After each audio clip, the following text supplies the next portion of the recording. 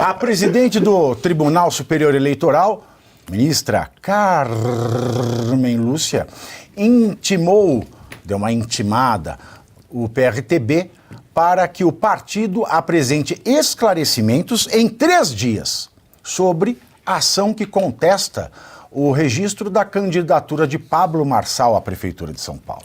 A ação foi movida por Aldineia Fidelix, viúva de Levi Fidelix, o homem do Aerotrem e fundador da sigla. Aldineia, bonito nome também, acusa o atual presidente do partido, Leonardo Avalanche, de descumprir um acordo interno que assegurava a ela a vice-presidência nacional do partido, 20 cargos no Diretório Nacional e o comando político dos diretórios de São Paulo, Rio de Janeiro, Espírito Santo, Amém, Roraima e Rio Grande do Norte. Aldineia Fidelix pede ao TSE a desconstituição desses órgãos e de todos os atos praticados por eles, e isso pode afetar a decisão que lançou a candidatura de Marçal nas eleições municipais. Agora, é isso mesmo que nós estamos vendo aqui, Luiz Arthur Nogueira? Essa Aldineia Fidelix, ela pediu à Justiça para invalidar os atos realizados e que podem afetar a candidatura do Pablo Marçal, porque ela fez um acordo de loteamento com um partido que é público. Exatamente. E eu imagino que o marido dela, com todo respeito, deve estar se remexendo no túmulo, porque essa decisão dela vai implodir o partido. Se entrar no mérito do Marçal, isso aí é um outro debate. O PRTB era um partido completamente desconhecido. Quem aqui sabia, antes dessa eleição, que o número do PRTB é 28? As pessoas só descobriram porque o Marçal está martelando o número 28.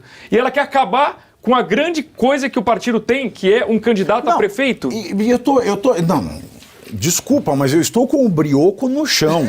Porque a Carmen Lúcia, ela viu um pedido, olha, nós decidimos lotear o partido, que é coisa pública.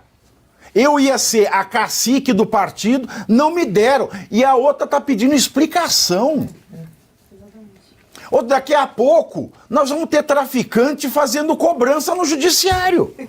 Você vê que pode até ter algo ali de jurídico, mas as instituições estão tão sem credibilidade que a população enxerga aquilo e fala, é perseguição ao Marçal, e fica parecendo que é mesmo, então eu também tenho a visão que é. O objetivo é esse. Vem que tem, Levi Fidelix é o Aerotrem.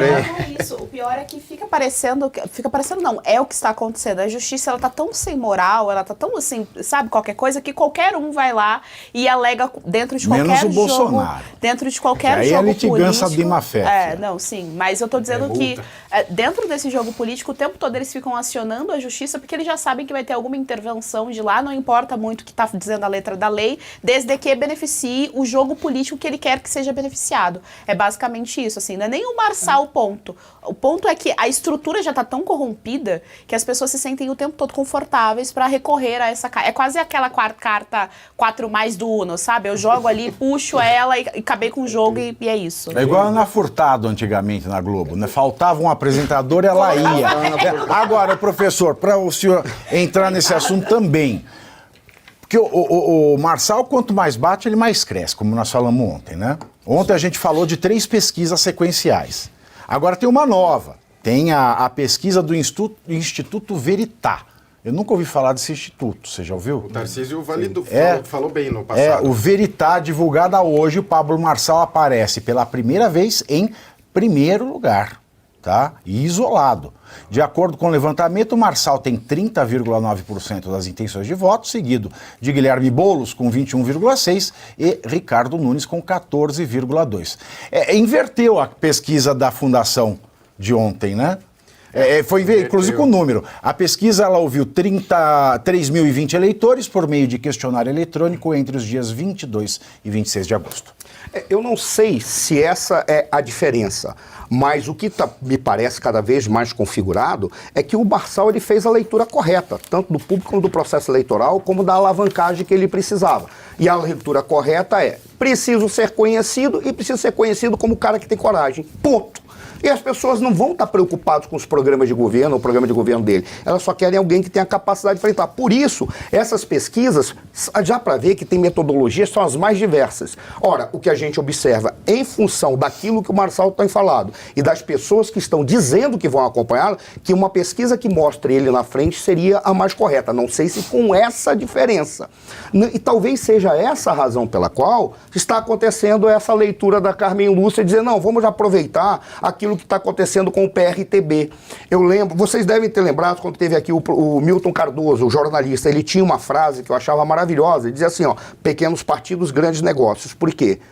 Porque nós precisamos fazer uma reforma eleitoral, uma reforma partidária, uma reforma do sistema político, exatamente pela razão pela qual os partidos são constituídos. Ora, como você viu aí, parece que o partido é um feudo, que existe uma herança e que não tem a função de buscar a formação de lideranças políticas e fazer a oxigenação das lideranças. Não. É uma propriedade nossa, até pela própria configuração. Não à toa você está encontrando a Carmen Lúcia se metendo para dizer, vem aqui explicar a esculhambação que está acontecendo no partido, que talvez essa seja a primeira vez na história do partido em que tem uma possibilidade real de colocar alguém que venceu uma eleição. Quem teve que se aproximou disso?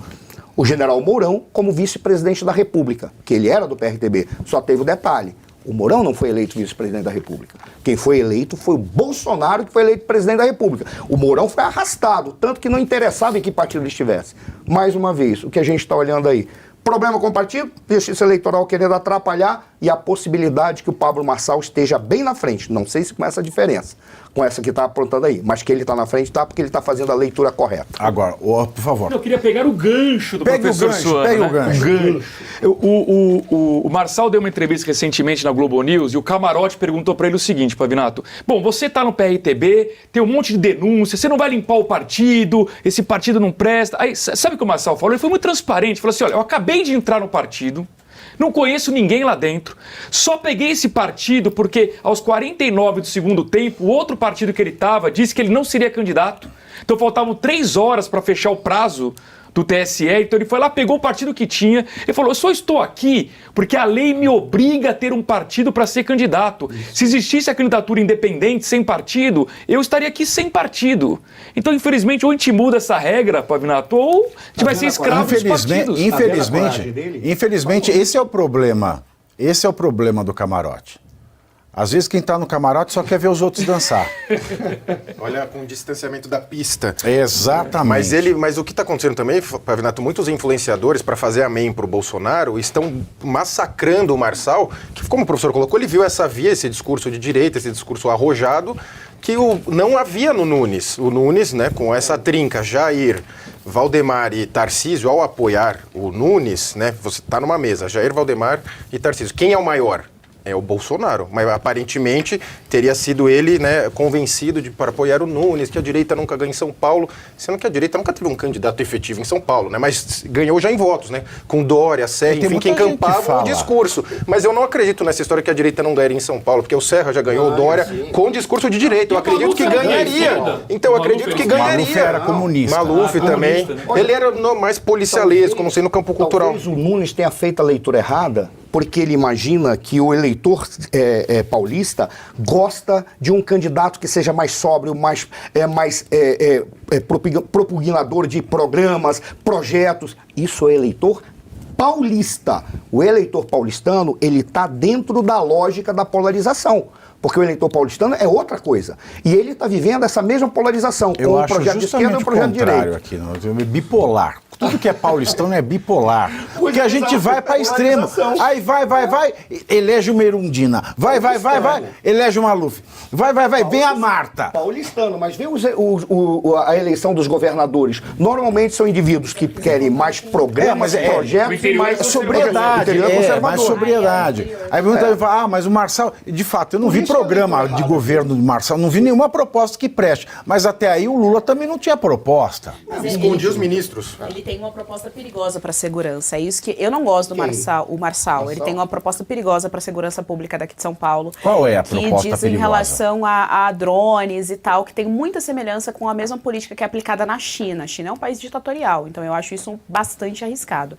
Eu não acho que o Marçal seja uma direita mesmo. O problema de São Paulo é esse. A gente quer dizer, a gente tem a Marina Helena, mas não houve uma organização prévia para que a Marina Helena ele emplacasse. não pode implementar uma política dessa, não é da competência dele. Pois é, então, tem muita falação também em relação a isso. Pavinato, porque Mas- ele está aumentando a GCM, ele quer com aumentar drone, a tá, GCM. entendi. Mas aí que está o Mas detalhe. quanto mais controle para o Estado, mais perigoso Eu é. sei, mas Porque a o mão do detalhe volante todo agora não pode ser é a um do Marçal, instrumento. e depois? Mas aí eu concordo plenamente contigo. A questão não é nem se ele tem um programa de governo. A questão é que ele fez a leitura certa do eleitor. Do cenário. O eleitor Não, e do isso cenário. ele sabe fazer excelentemente bem. Ele sabe ler o judiciário, ele sabe como o Sim. judiciário age, ele sabe que existe de fato a perseguição, ele sabe ler excelentemente bem. leu Ele maravilhosamente sabe bem. ler rede social muito bem, ele sabe que a estratégia da direita em rede social, em termos de política, é o sensacionalismo, isso vende muito bem, isso entrega muito bem, você consegue ser falado, ele sabe ler isso e ele consegue se vender muito também, justamente porque ele tem muito de programação neurolinguística. Ele sabe ler ser humano Sim. acima de tudo. Ele sabe ler muito bem o ser Perfeito. humano. Ele sabe o que vai agradar ou não. A minha pergunta é, até onde isso não é perigoso pra gente? Até onde isso é de fato de concordo direita? plenamente